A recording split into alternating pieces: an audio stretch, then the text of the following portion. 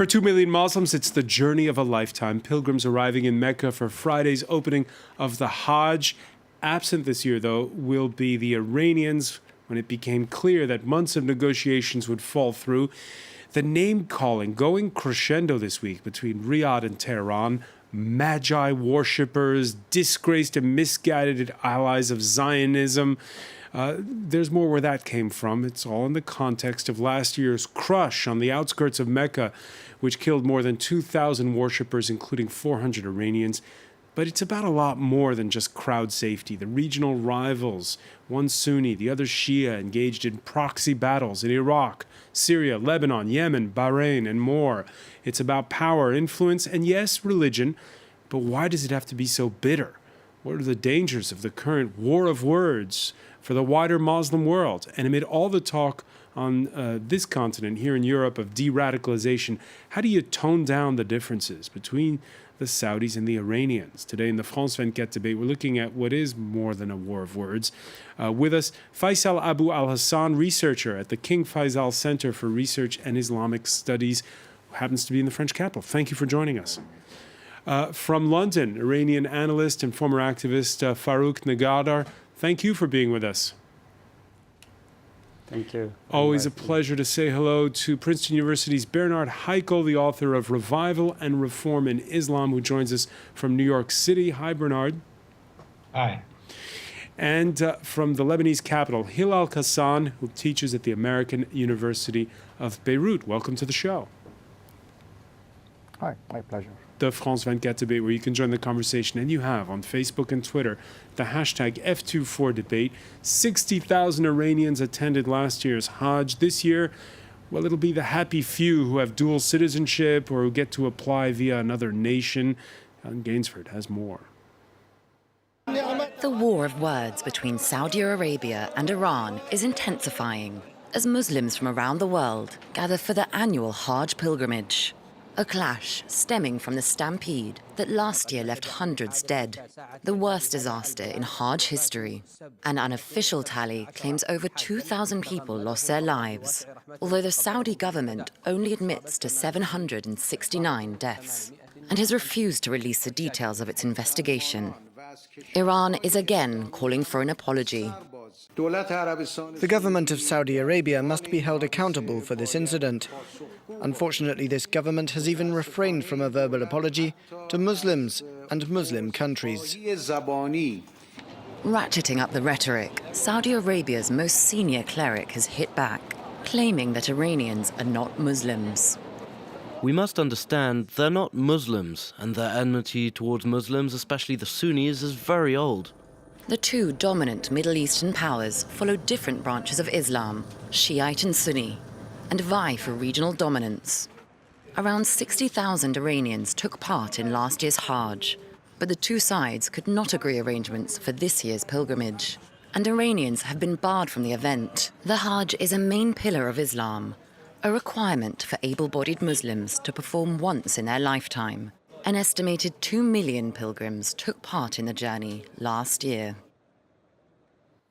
All right, some cynical reactions on the hashtag F24 debate. Business as usual in the Middle East.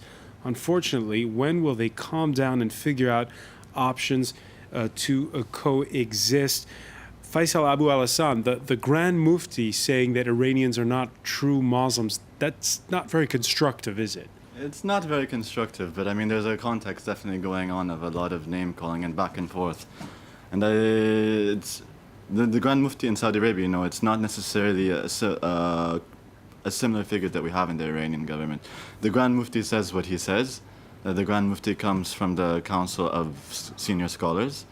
But it doesn't reflect in Saudi Arabia's foreign policy.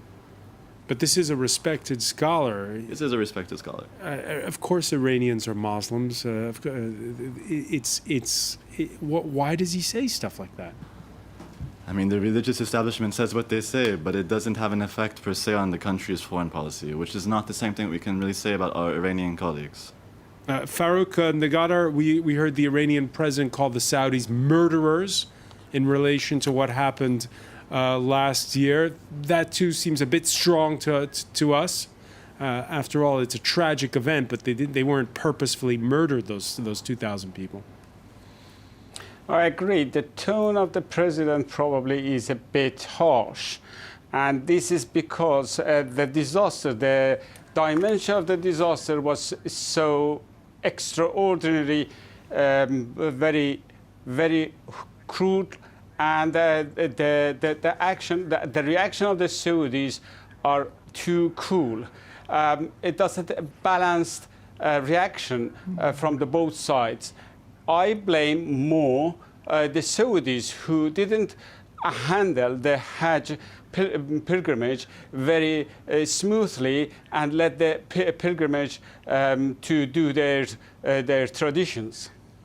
Let me ask Bernard Heikel about that. I was reading today that there were something like 10,000 people who did the pilgrimage in 1927, and today it's 2 million. Could the Saudis be doing better when it comes to crowd safety and that sort of thing? It's actually between 2 and 3 million. And it's an extremely tight and small place where this many people get together. And the Saudis have spent billions on trying to manage the crowd and build up the infrastructure so that it can take so many people. As to whether the Saudis can do better, I'm sure they can do better. But going back to the earlier point that you were discussing as to this calling of the Iranians to non-Muslims by the Mufti of Saudi Arabia, these recriminations are actually mutual. They go both ways. If you listen to the speech of the supreme leader of Iran, the way he described the Saudis, the regime, the scholars of the regime, it was effectively also calling them non-Muslims in everything but actually saying that. And let me ask you, Bernard, when the leaders do that, do ordinary citizens read between the lines, or do they take it at face value? No, absolutely. People read between the lines, and the supreme leader in Iran speaks, and some of the words are sort of code for other things. But there's no question that he regards the Saudi rulers and the religious establishment in Saudi Arabia to be infidels. Just like the Saudi religious scholar also considers their regime, the Iranian regime, and Iranians to be infidels. So that this is sectarian talk. You found it in Europe in the past between Catholics and Protestants. It's not unique to the Muslim world. And the question is, what are the political implications of this kind of rhetoric? Hilal Hassan, is this the worst you've ever seen in terms of the rhetoric between Riyadh and Tehran? Well, there is no question that there has been serious escalation in the past few weeks, notably the past few days. And the level of escalation, which has been unprecedented, even caused Rafsanjani to say that this is an ungainly exchange of acerbic remarks, and they will do no good, and eventually the two countries will have to sit together and find a way out of this impasse. They'll have to do it eventually. Where you are in Beirut, what's the impact? Yes.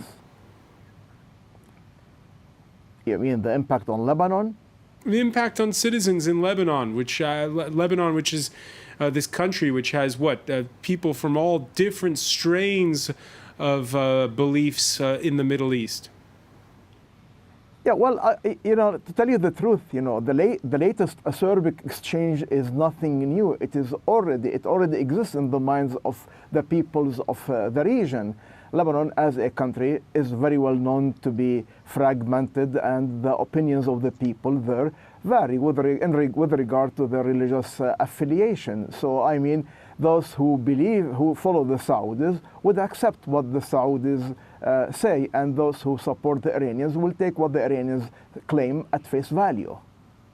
So how do we tone it down? Faisal Abu al-Hassan, first of all, I suppose the first way is to find some kind of a solution so that Iranian pilgrims can go next year. Is that something that can be done easily? Of course, but I mean, I think that we have to remember that these negotiations that were considered failed negotiations about the Iranians attending Hajj this year were not about Iranians attending Hajj this year. The negotiations were about whether or not Iranians can stage political manifestations and stage other demonstrations in Mecca, which goes completely against the fundamental value of the Saudi administration of Hajj, which is in completely apolitical Hajj. And that is something that's been going on for years. An apolitical Hajj. The Iranians, not the only Iranians, but there have been many attempts to politicize Hajj, but this is fundamentally against Saudi values of administration, Saudi values of managing the Hajj. When the Iranians tried to manifest in 1987, they did manifest actually, and there was many deaths, including Saudi deaths, Iranian deaths, other nationals. In 1988, the following year, there was a meeting between the foreign ministers of the OIC countries, and they declared that Saudi Arabia should and ought to do what it must to ensure that Hajj is safe. Saudi Arabia's goals with Hajj is not to politicize Hajj, it's just to have a safe Hajj. Saudi Arabia doesn't get anything out of Hajj but a good Hajj for the pilgrims. On the other hand, we have other actors, maybe not just Iran these days, who are trying to politicize the Hajj, not for the goal of the pilgrims or for the goal of the season or for the goal of the holiday, but for ulterior motives that are not being productive for anyone in the region. Farouk Nagadar, every year at Hajj, there are Iranians who stage a small "Death to America" chant protest. Is that inappropriate?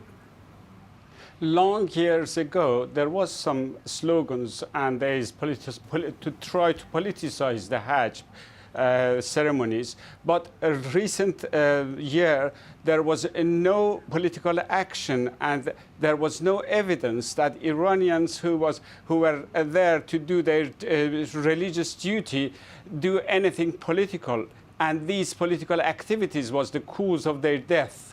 There was no report from Saudi side that these deaths caused by political activities or turmoil happened there.